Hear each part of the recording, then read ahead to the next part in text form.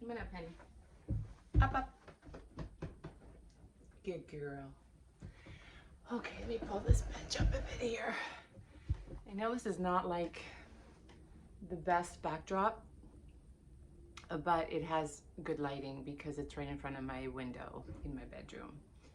And so, this is the first time I felt like I really wanted to do a positive video in the last month. You guys, I have been going through it. I have been going through it. I've not been mentally well in terms of like feeling happy or motivated or uplifted or positive.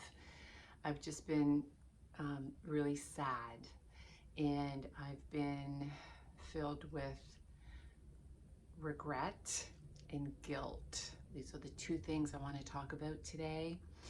You know, when I started this channel, it was all about helping you rebuild a kick-ass life, because I feel like after my second divorce, I started this path of just rebuilding my life and living life differently, and really paying attention to what's important, what's not important, being really discerning of people that are in my life and cutting out people that weren't good in my life, and just living really simply but really authentically, and just going back to my grassroots, really embracing my Portuguese culture, embracing friends and family. And friends are now more, it's more quality over quantity. And so I want to share this where I'm at today in terms of how I'm navigating loss, profound loss, and the regrets and the guilt I feel as a result of two big losses that have happened in the last 2 months for me. And I know people say, oh, you shouldn't regret anything. Your life, you're exactly where you should be. And regret is just a waste of time.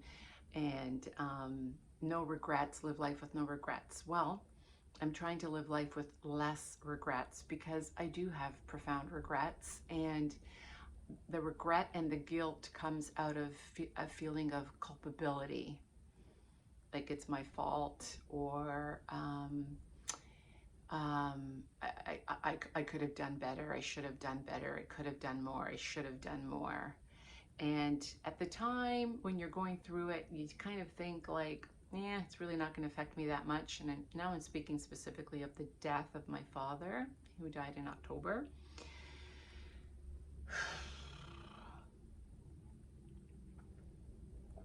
You know, I have to have my coffee, because my coffee just, I don't know, it's soothing. It's like a nice warm hug. Anyway, so let's just start with my father, because in the last 2 months I lost my dad, and then just 2.5 weeks ago I lost my beloved Hudson, who is my dog. I got my dog the day I decided to file for divorce. And so my dog has been with me for almost, well, he would have been, oh gosh, 11 in January. And so he's been with me for 11 years. And it was a sudden passing, which was shocking. And the guilt that I felt for not having done more. But I'll get to my dog, because I almost feel like, and don't judge me for this, I feel like my dog was a harder emotionally to accept than the passing of my own father. So my father and I did not have a great relationship. It wasn't anything that my father did to me specifically. It was more his lifestyle, how he conducted himself in life, and more specifically, how he treated my mother. So my background is I'm Portuguese, very old school. So there's still a mindset of chauvinistic, and that the man is the end all and be all and rules the house. And he ruled my mom with like an iron fist. And he was not great. He wasn't a great father. He abused alcohol, And as a result, he abused my mom emotionally, verbally, physically, all of it. And there's four girls. There's four girls. Three came from Portugal, and then my mom had her fourth child here in Canada. And none of us had a close relationship with them. And again, wasn't anything that he really did to us specifically. He wasn't abusive to us. I don't remember ever my father laying a hand on me, ever. He was never emotionally available, but he was very abusive towards my mom. And then obviously as we got older and we saw that, it really changed the dynamic of our relationship with him. And to this day, my mom, he passed last month, and she is still so devoted and committed to him, which again is something that blows my mind, and I don't even pretend to understand the dynamic of their relationship, because he was not great to her, but they've been together since she was 15 years old. And so I think that when you're with somebody that long, I don't know, is it cognitive dissonance? Is it trauma bonding? Is it Stockholm syndrome? I don't know what it is, but she feels very protective of him. And she has declined significantly since his passing. She's just a shell of her former self. She doesn't really, I don't really feel that she has any joy in her life. And she is really, really, really mourning the loss, like profoundly, which we thought that maybe when he passed, it would be sort of like a relief for her, that she could now actually live and not worry about him, because she lived for him. She did.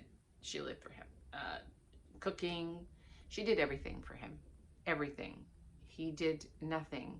She did the groceries, she did all the cooking, she did the shopping, she did everything. And so I feel like she has no purpose now, and that's really sad. How does it affect me, his passing?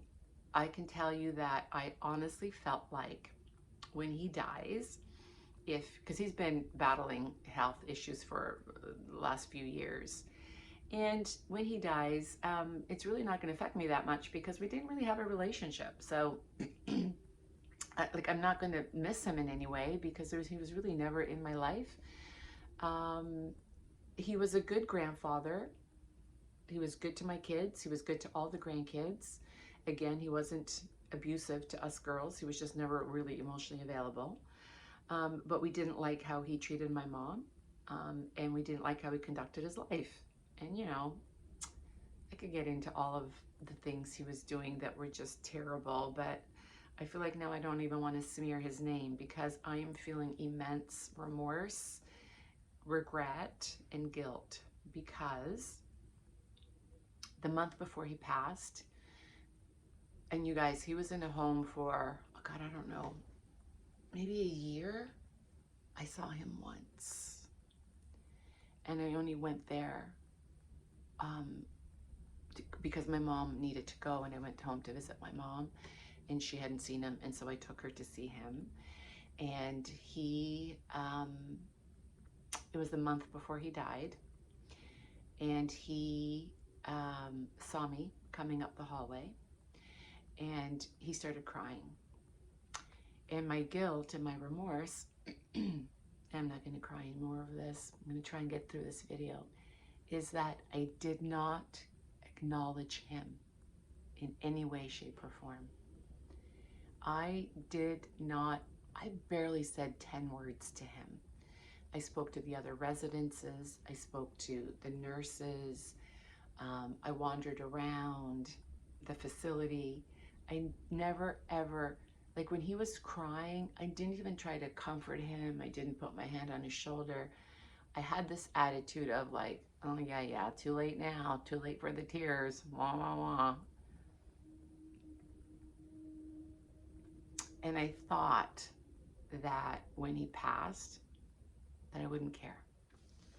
Well, I'm gonna tell you now that the regret I have for not having said more or even comforted him that day was overwhelming when I saw his casket being lifted by all the grandkids and to take to the hearse to go to the graveyard.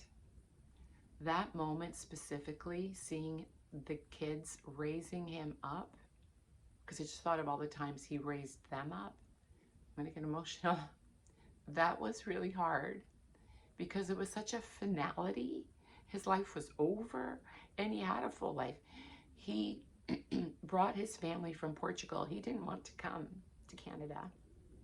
He was very reluctant. And I started thinking about all the good things that he had, not the bad things. And I started thinking about how he did provide for his wife and for kids, and how he was a product of his environment and he didn't have the wherewithal. And for the first time ever, I was offering grace and forgiveness, but it was too late because he's now gone. And I wish that that last day that I had seen him, I had actually just put my hand on him, just to acknowledge, I see you, I feel you right now, because he was crying. He recognized me because he was sort of borderline dementia. He had good days and bad days. But the fact that he recognized me and started crying, and I didn't even acknowledge it, now really sits heavy with me. And so that is a huge regret. I had one last time or chance to just make a minute connection, and I didn't do that. And now he's gone. And I have done some deep work and have come to the realization that, and I'm not excusing him, but when you know better, you do better, and he didn't know better. I don't think he knew better. I'm not giving him an out, but he was a product of his environment. His father was an alcoholic and abusive, and his grandfather was an alcoholic and abusive, and he just never broke the cycle. And that sits heavy with me today. So my point, because you guys, I have shed more tears than I can count in these last 2 months. So the point I'm trying to get across to you, any of you that's watching this video, I don't know, maybe 10 of you, I don't know who's watching, but if you're watching this video, it is a reminder or a warning to you, or I don't know how to word it, to don't wait until it's too late. Because I would have felt much better. I would have had a lot less guilt and remorse had I just even looked him in the eye that day and just to let him know and smiled. It's okay. It's okay. He was literally in his last days. That is a big regret I have. So don't do that. Don't do that. So I feel really bad about that. I posted a video to my Instagram story. If you guys don't follow me on Instagram, you can go to, it's Emily Moynes. I post a lot there because I have a lot more followers there, and that's where I'm most active. And it, I don't know, I just post a lot more there because the community that I have, I feel really close to there. So I posted a video, and I can't even bring myself to look at it. I posted it, I think 2 days after he passed, and then I've not ever looked at it again, and it still sits there in my feed, but I cannot bring myself to look at it. And so, because he had a full life, like he was a person that lived a full life with a wife and kids and grandkids, and it's over and it's done, and it was sad. It was a sad life because nobody, except for my mom in the family, gave him any attention. Nobody talked to him. Nobody called him for his birthday. Nobody wished him a happy Father's Day. Nobody. So that must have been a sad, lonely existence.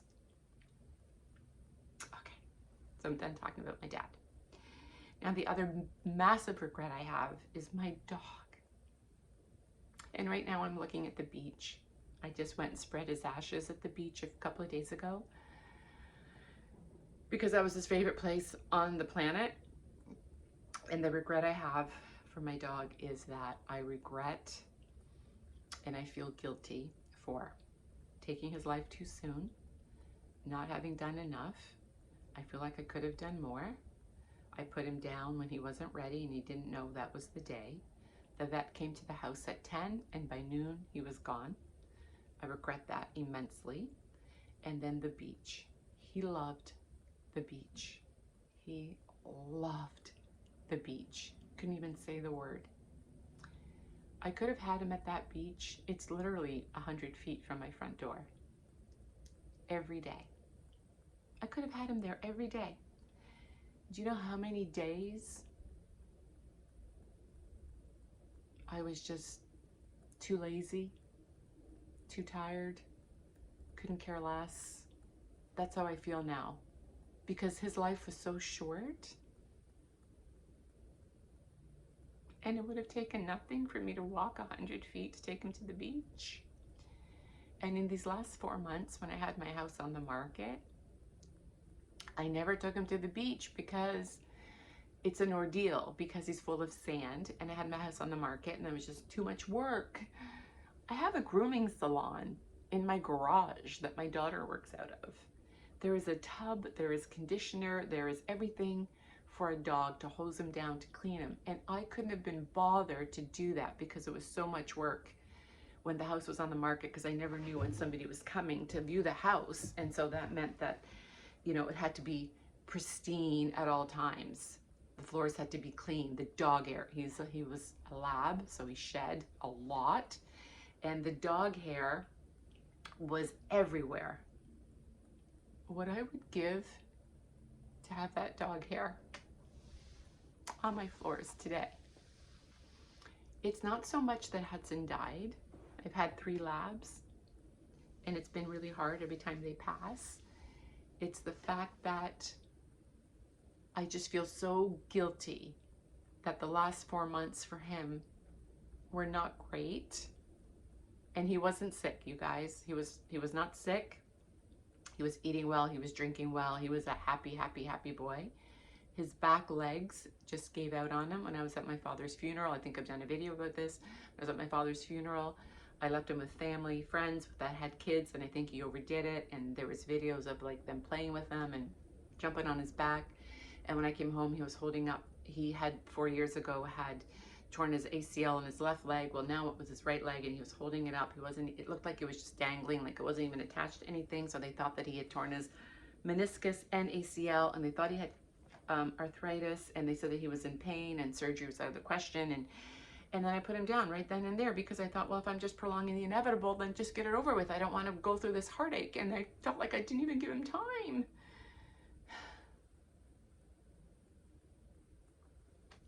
He woke up really happy, and I was helping him with the hoist to go up and down the stairs to go to the bathroom. And I thought, why didn't I just do that until Christmas? At least until Christmas. Oh. So my point is, and my daughter even said this to me. She's like, I think, Mom, you're really struggling right now because you're feeling so guilty. It's not that he died, it's that you're feeling so guilty and you have regrets. And I do regret not taking him to the beach every day. I do regret that. It would have been easy for me to do that. I do regret, here's an example. I didn't allow them up on my furniture. Well, now see mud right there in that corner? Now mud can go on my bed. Who cares? He's a sweet dog. He doesn't shed. She. So I feel like out of my regret and my guilt, my other 2 dogs that are here, which is Mud, my daughter's dog, which comes to my house every day, she gets a lot more love and attention. It's allowed up on the furniture. And then I have another dog, Coho, who is my son's dog, and my son travels around the world a lot. He's hardly ever home. He's all over every country. And so Coho stays with me. And Coho's a big dog, and he's a goofy dog. And again, while my house was on the market, I would put them in the garage just to lessen the workload that I had to do. And I know that dogs are in the wild, and I know that dogs, you know, sometimes some dogs even live outside, and that is not me though. So I thought, okay, well, they're in the garage, but their garage is heated and they have a beautiful bed in there. But now I regret that so much because they just wanted to be with us. They just want to be with people. And Coho is the goofiest dog. Again, there's videos on my Instagram. He just wants to be, he's massive. He's like the size of a horse. He's a rescue. And he just wants to be held and touched and stroked, and he's just happy. He is like putty in your hands if you give him any attention. And for 4 months, I had them in a garage, and now that guilt is overwhelming. And so, I don't know, there's just regrets, you know? I regret working when I was young, when my little kids were babies. I regret that. I didn't have to, but I did it because I liked the lifestyle. So that is a massive regret. I can't even look at the videos anymore when they were little because I missed that time so much. And so this is just a wake-up call for you guys. If you have people that there are things that are unsaid, say them. Things that you haven't done, do them. I thought that it wasn't really going to affect me with my dad. Was I wrong? It has affected me. And even with my dog, we had a great life, and I loved him so much. He was the sweetest, kindest, most gentle, loving boy, pure unconditional love. I feel like I didn't reciprocate that enough, especially in the last 4 months. So it's a wake-up call. If you have people, even your pet, take your pet for a walk today, you guys. Take them outside. They get such short lives, and that is their biggest joy in life, to be outside and to be with you. Spend some time with them. So that's all I have to say on my little rant today. Trying to live life now with less regrets. And it's hard to alleviate the guilt. You can hear Coho downstairs. He's in the house though. He's not in the garage.